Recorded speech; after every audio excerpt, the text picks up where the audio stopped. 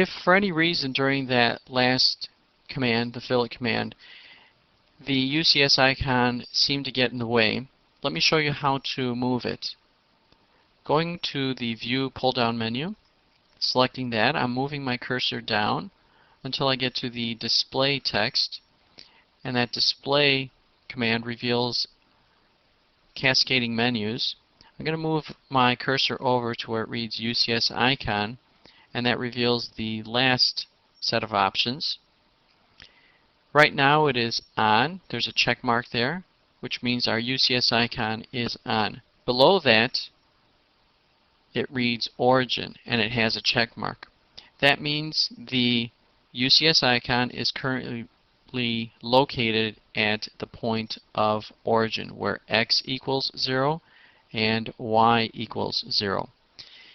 If I click on the text, it's going to do just the opposite. It's going to turn off the origin, which means that it is now located in the lower left-hand corner. If I zoom in or out,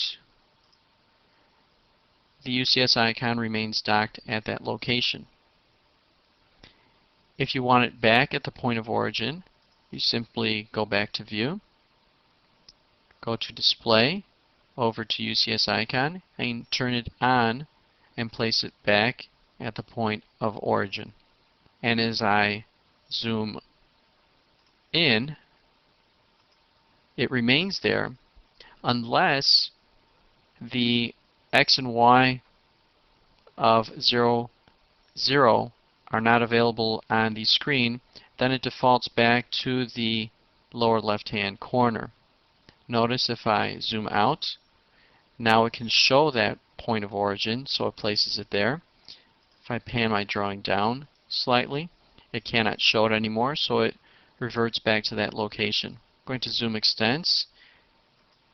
I'm going to leave it in the lower left-hand corner. I'm going to turn off origin because we know that is the 0, 0 location. To check the accuracy of your drawing, in case you wanted to make sure that it was the right dimensions, I'm going to right-click and turn on the Inquiry toolbar. Let's float that one up here for a moment. I'm going to select the Distance command.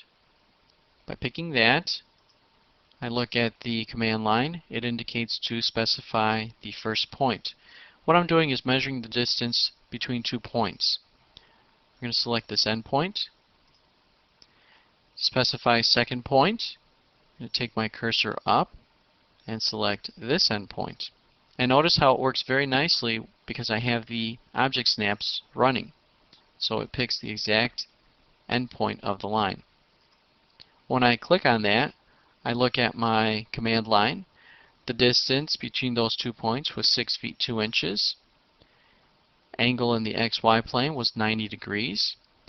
I look over to my delta x. That means the difference along the x-axis, and there was no difference, so it reads 0 feet 0 inches.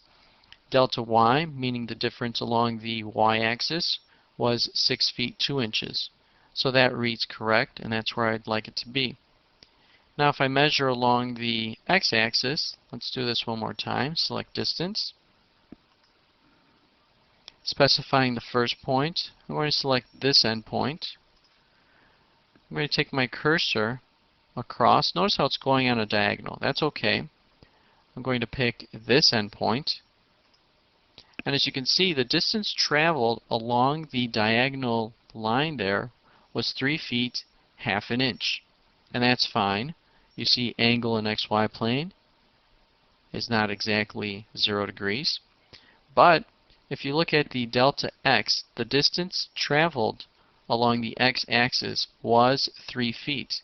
And that's what I wanted to measure, was that distance from the back of the sofa to the front. And you'll notice that the difference along the y-axis was a -6 inches because I moved the cursor from this top location to that bottom location. So that's what it's measuring along the y, is that distance. And that's how you can check all of your dimensions. I'll do one more.